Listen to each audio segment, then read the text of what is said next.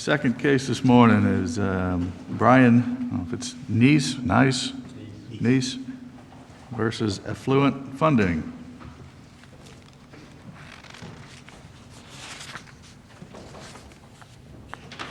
Counsel, whenever you're ready, you may proceed. Thank you, Your Honor. May it please the court? My name is Jim Ippoliti, and I'm here with co-counsel Scott Wiederman from Wiederman Malik on behalf of the plaintiff appellant, in this case, Brian NIES. And I'd like to reserve 5 minutes for rebuttal. It's a unique case because we've got a vehicle here that is a non-street legal race car that races exclusively on racetracks like Daytona Speedway here. It is uncontested that this is never driven on the streets of Florida, nor could it. No headlights. It's five-point harnesses, things that are exclusive to race cars that are not street legal. It's our position that there's 3 issues that we need to address within the appeal. One is the ownership interest in that race car. The second is the statutory inapplicability of the motor vehicle statutes, Florida statutes chapters 319 and 320.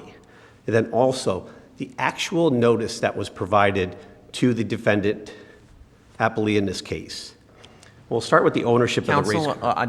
For clarity, I'd like to jump ahead just briefly and ask you, what are you seeking as a remedy on appeal? The remedy that we're seeking, Your Honor, is a determination that the Florida statutes chapters 319 and 320 are inapplicable. The ruling of the court in the trial court was completely based on you can't establish ownership because these statutes apply, and because these statutes apply, we need to have a title. Okay, so if we find that 319 and 320 are not applicable, then what is the direction that you're seeking for us to provide?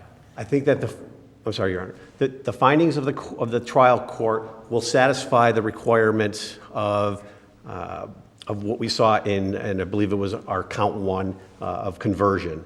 The court found that the other elements were satisfied. Specifically, I can read through those if you'd like. But it gets hung up on the issue of ownership. That's in the final judgment? In the final judgment, the court found clearly that the elements of conversion were not satisfied?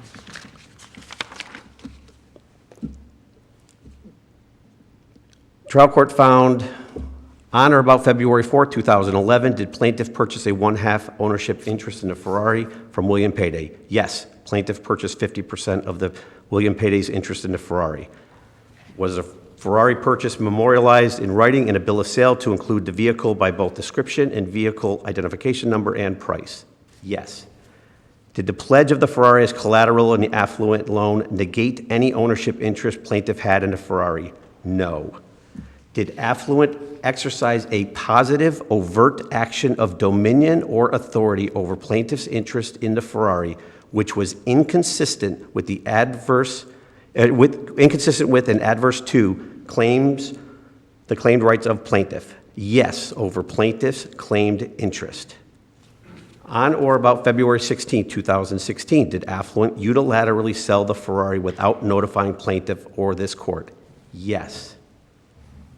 Was plaintiff without knowledge of the sale of the Ferrari by defendant affluent, did not authorize such a sale, and did not receive any compensation from this claimed share in said vehicle? Yes. What was the value of the Ferrari at the time it was sold by affluent? $180,000. The required elements in the 5th District for conversion include defendant's unauthorized act that deprives plaintiff of his or her property permanently or for an indefinite time, and the deprivation is inconsistent with plaintiff's ownership interest in the property.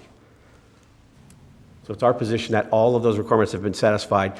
The court was hung up on trying to fit this case into a statutory box, and it simply can't be, and I'd like to discuss those statutes. The ownership issue is very clear. We have a case where WP Jewelry, not a party to this lawsuit, signed a security agreement with the defendant. WP Jewelry, within a security agreement, pledged a Ferrari. Well, the record is clear, WP Jewelry owned no Ferrari. The Ferrari is owned by William Payday. So the security agreement is out of play in this case because it doesn't create any rights, because they don't own a Ferrari. Where Mr. Payday comes in is he signed a personal guarantee. However, Mr. Payday never had a lawsuit against him. He's not a judgment creditor. He's not a debtor. There was no writ of possession, nothing. It was self-help only on a form of defendant. Defendant came in and took William Payday's vehicle based upon a breach of contract by WP Jewelry. WP Jewelry is a multi-member LLC in Florida. He was not the only member, and that is uncontested in what is stipulated facts. And the court found throughout the final judgment that Mr. Payday sold 50% of the vehicle to Mr. NIES. It was memorialized in the bill of sale. That Affluent did not perfect its security interest in the vehicle. That William Payday he had the right to pledge the vehicle, but only as to the amount that he owned. And the trial court correctly found that Mr. Payday owned 50% of the vehicle. Mr. NIES owned the other 50%. So Mr. Payday was more than willing and more than able to collateralize his 50% interest, but that's all he owned. And did the pledge of the Ferrari as collateral in the Affluent loan negate any ownership interest plaintiff had in the Ferrari? No. It's our position that a bill of sale acts much like a quitclaim deed in real estate. It is effective upon execution. The title creates notice to the world. That would be the recording of the deed.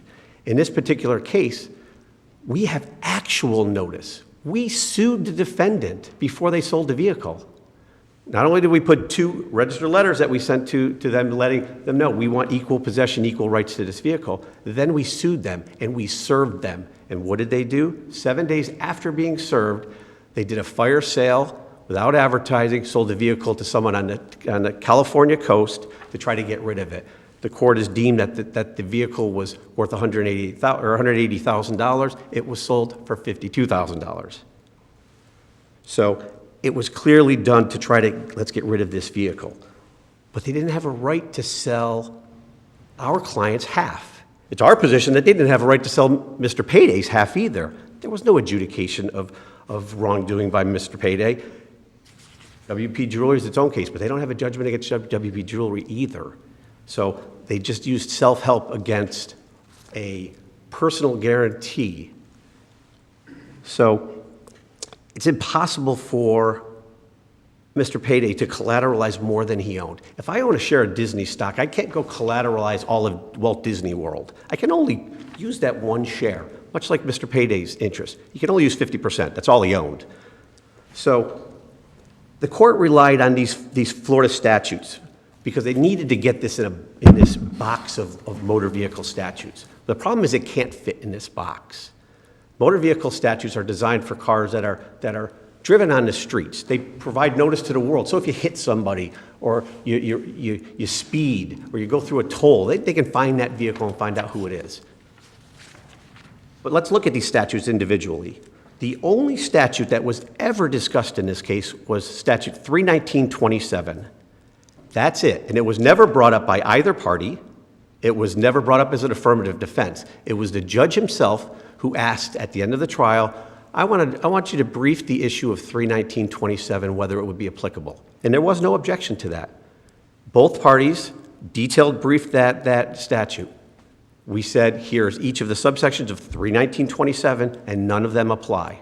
In the closing brief, filed subsequent by the defendant, agreed. 319.27, inapplicable in this case.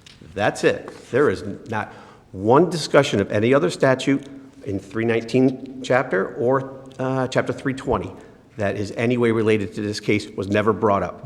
Instead, what happened, we've got the trial judge that became an advocate for the party, interjected statutes that were never discussed, interject statutes that we never had an opportunity to present evidence to. There's no evidence in the record whatsoever that any other discussion other than 319.27 ever occurred.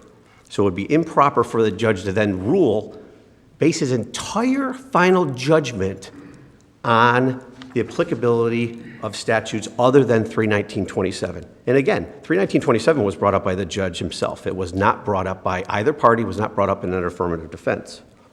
But let's look at these statutes. 319.27, both the parties agreed, does not apply. 31920 is the important one. And I'm going to read it. It's titled Application of Law, and it expressly states, except as otherwise specifically provided, this chapter, chapter 319, applies exclusively to motor vehicles and motorhomes required to be registered and licensed under the laws of the state. Registered and licensed. Well, the trial court expressly found in its trial findings that the evidence established that the motor vehicle was not street legal at all times since 2006, and that the Ferrari was not used on the streets or highways of Florida. Therefore, the Ferrari was not required to be registered in the state of Florida. Okay, first question. Was it a motor vehicle?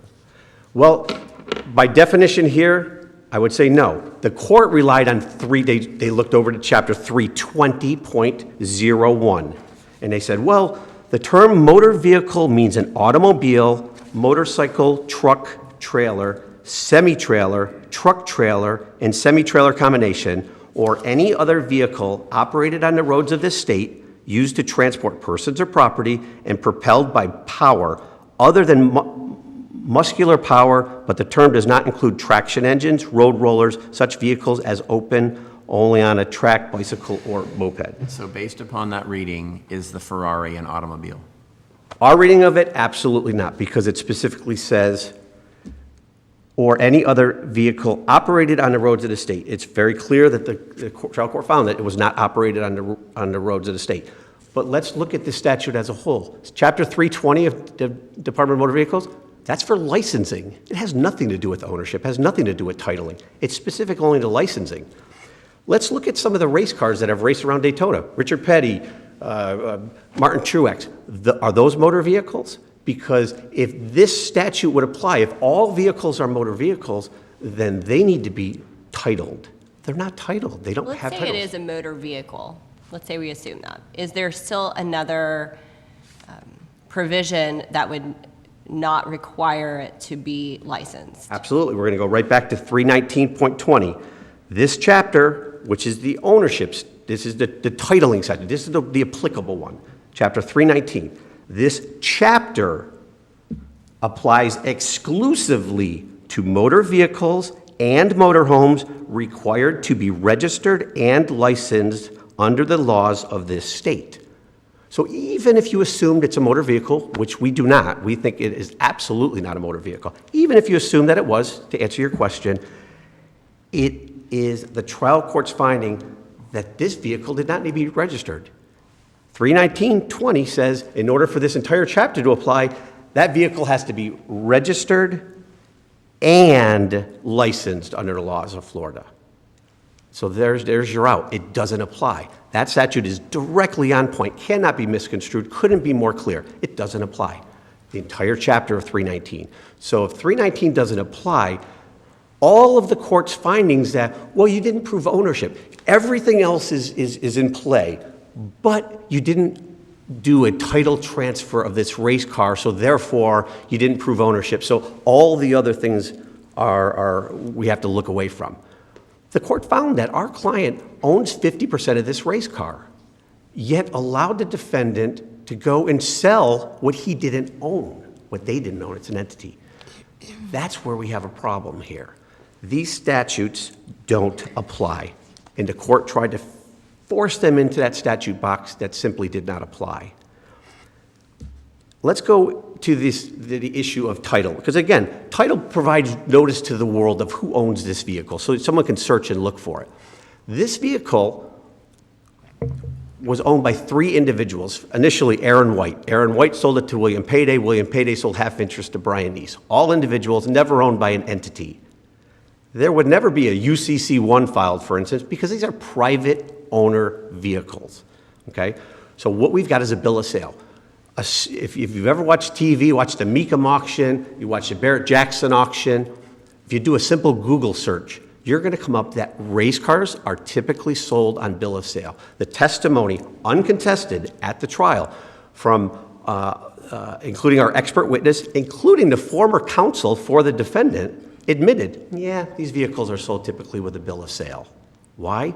because you can't have a title because they're not street legal. You can't register them. If you took and tried to register Dale Earnhardt's stock car at the DMV, they'd send you right back out the door. It can't happen. So with this particular case, how do we provide notice? Well, how would they have notice? Very simple. We sued them. We served them with a complaint that said, we own half of this vehicle. Here's the bill of sale that shows we own half of this vehicle. We gave them actual notice. Notice to the world. We gave notice to the person who was most important, the defendant. And what did they do with that notice? They sold the vehicle. They sold it in a fire sale for less than 20% of what it was worth to someone in California in a hidden sale. And what did they do with those proceeds? Did they take them and put them in the coffers of the court and say, court, we sold this vehicle, please determine who gets the money? Did they take half of the money and put it in? Do you think that establishes criminal intent? It was our position at trial, yes. The trial court found no. And it's our position that is a discretionary finding, and it would not be appropriate for an appeal. So we are here strictly on the conversion, not the criminal intent. But yes, we believe it was. How can the criminal intent was clear? They sold something that they knew had actual notice that they didn't have a right to sell. You're about a minute into your rebuttal time, just so you know. I would like to reserve if there's no further questions at this point. Thank you.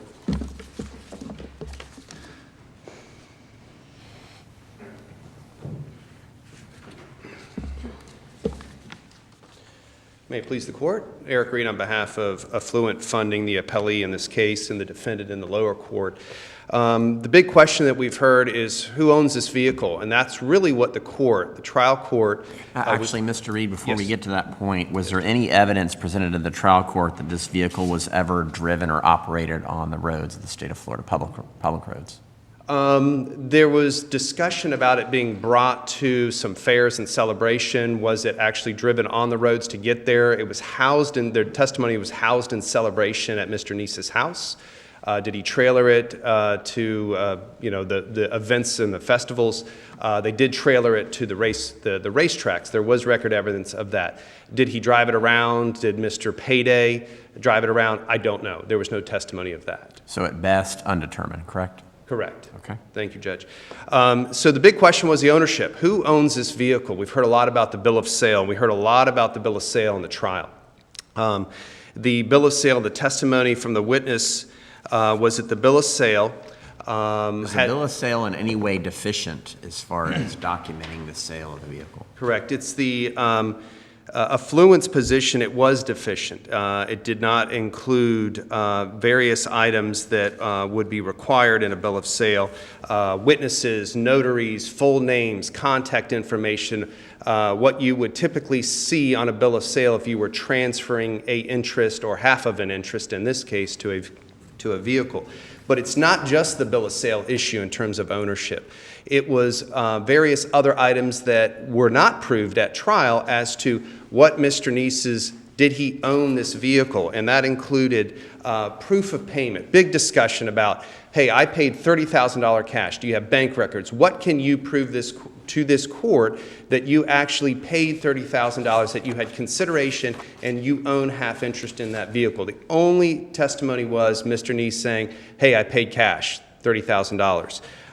Was there any proof of insurance? No, from Mr. NIES. Was there any proof of maintenance records, any proof of insurance, any proof of sales, paying a sales tax for his purchase of 1/2 interest in his vehicle? None of that was found by the trial court. And when the trial court entered the order, it said, did Affluent violate statute 772.11 when it sold the vehicle?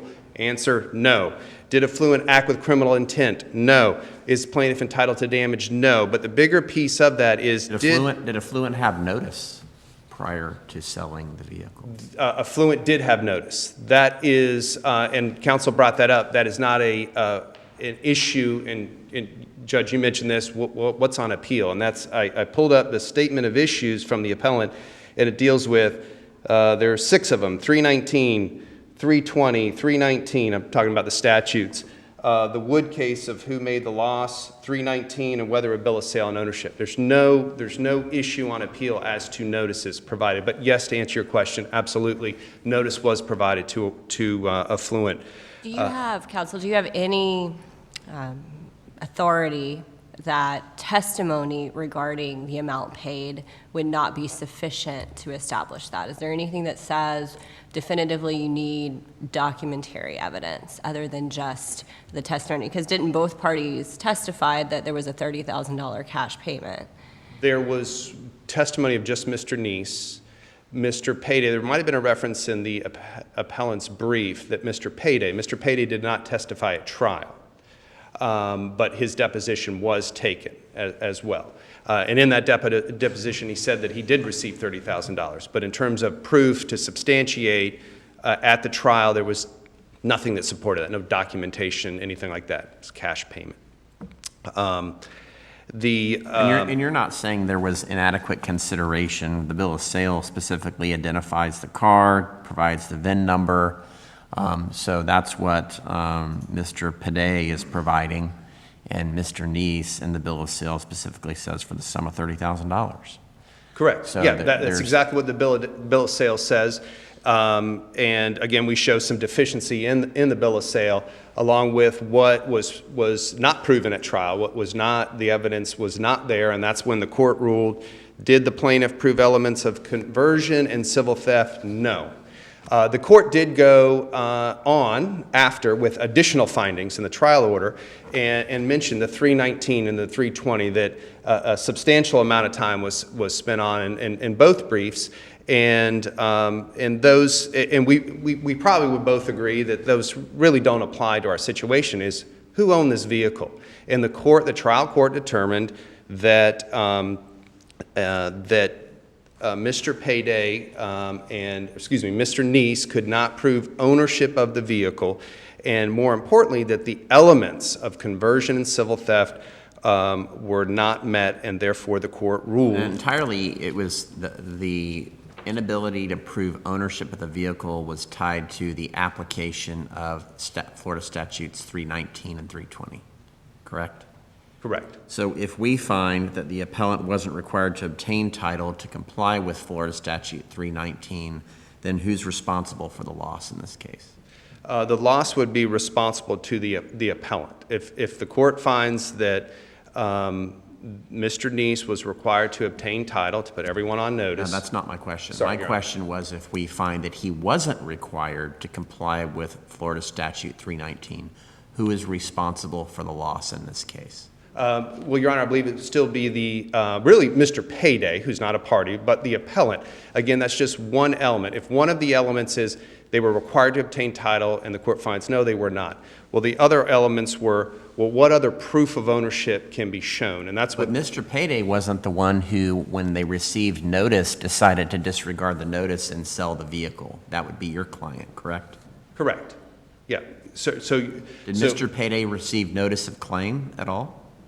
I'm not aware if Mr. Payday received notice of the claim. He was deposed in the case, so he knew about the case. But in terms of the notice, I'm not certain if Mr. Payday was provided that notice. Was Mr. Payday aware that there was a sale that was made despite there being no notification to the court or to Mr. NIES? I'm not sure if Mr. Payday was aware of that. Okay. Yes, Your Honor. Was there anything in the court's order that indicated, other than his consideration of 319 and 320, that he didn't find they had proven ownership? Clearly, he was saying that's the reason I'm finding there's no ownership. Was there anything else in the trial court's final judgment that referenced this issue? Other than in the I guess it would have been the trial order and then the judgment entered thereafter,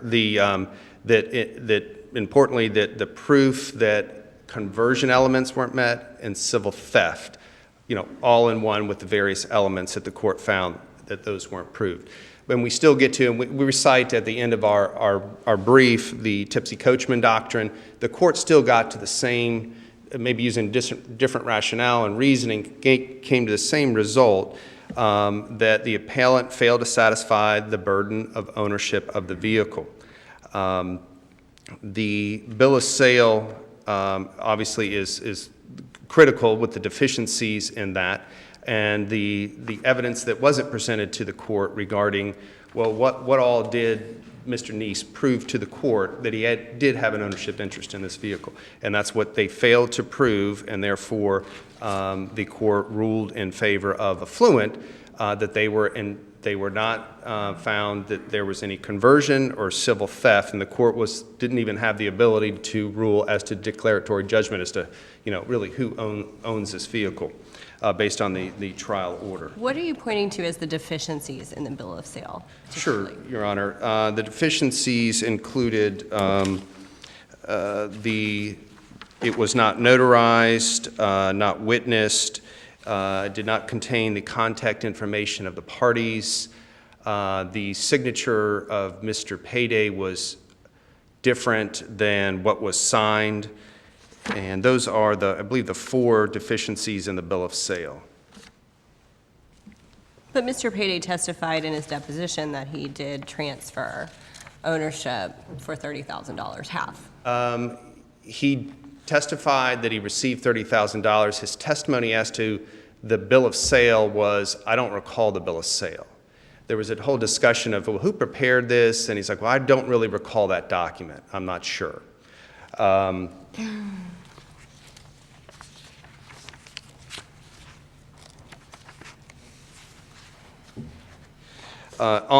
Your Honor, on the appellate issue, the notices, as I mentioned, are not part of the appeal, and the appellee Affluent will request that this court affirm the decision of the trial court, and if there's any other questions, happy to answer those.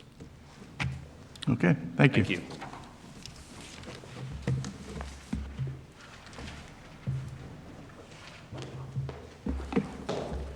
Thank you, Your Honors. Just a few clarification points. You had asked an earlier question of what we are seeking today. The damages that we seek are 50% of the value of the vehicle at the time it was sold. It was $180,000, so we're looking for $90,000 plus statutory interest from that date forward. We heard about the bill of sale, deficient bill of sale, deficient bill of sale. You had a great question. Why is it deficient? There was no statute discussed. There was no case law discussed saying that there needs to be witnesses and notary. They weren't discussed because they don't exist. A bill of sale describes the vehicle, describes who bought, who sold, how much it was for, and was signed by both parties. The 2006 bill of sale that defendant relied upon, that was from Aaron White to William Payday, was nearly identical. The one that they based their self-help repossession of the vehicle was based on an identical bill of sale. Also not witnessed, not notarized, all the things that are hypocritically being said are deficient in this bill of sale. Payday acknowledged that, although he says, I don't remember this document in particular, it was 7 years ago, but what he said was, yes, those are the terms I agreed to, and yes, that's my signature. He said, well, there's no testimony to show that $30,000 was paid. Well, the testimony of William Payday, which was in a deposition, but that deposition was admitted into the record. So that was before the court. So the testimony of William Payday, I received $30,000. The testimony of Brian NIES, I paid $30,000. The bill of sale, documented, signed, hard documented evidence, $30,000 exchanged hands. So to say that, well, we're not sure this $30,000 ever exchanged hands is not proper. Tipsy Coachman, if you read through the final judgment, it is very clear that the trial court relied on every finding of ownership specific to statutory 319 and 320. Absolutely 100%. In fact, when he references the Tipsy Coachman, he actually even referenced under Chapter 319. There was no alternate factual finding that can support a claim that a vehicle title was required to prove ownership of a race car. It doesn't exist. The trial court already correctly found that William Payday owned or sold 50% of the race car to Brian NIES. Also found that the defendant exercised a positive, overt act of dominion or authority over plaintiff's interest in the Ferrari, which is inconsistent with and adverse to the claims of right of the plaintiff. Also found that any pledge would not have negated the interest that Mr. NIES had in the vehicle.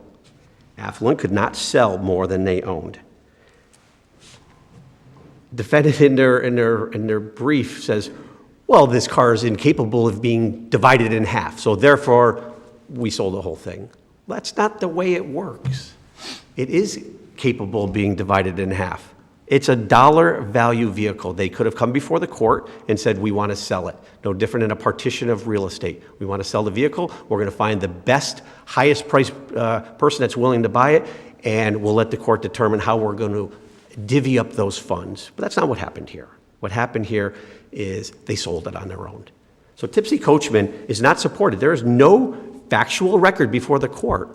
Nothing. No finding of evidence that would support that a title was required to prove ownership. So if you wipe out the statute, if you wipe out the ownership, what we're left with is Mr. NIES owning half of the car, providing proper notice before the sale, and therefore entitlement to half of the value, $180,000 plus statutory interest. Our time is up. Thank you very much for your time. Okay, thank you, gentlemen.